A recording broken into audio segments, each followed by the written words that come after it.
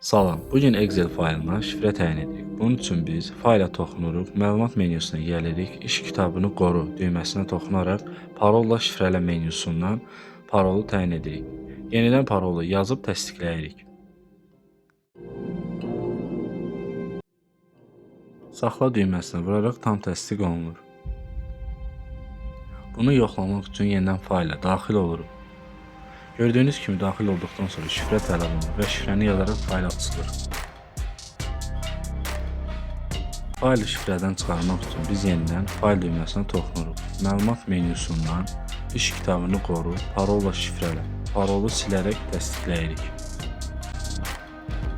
Yenidən iş kitabını qoru və həmişə yalnız oxumaq üçün düyməsinə toxunuruq. Beləliklə parolu tam silirik.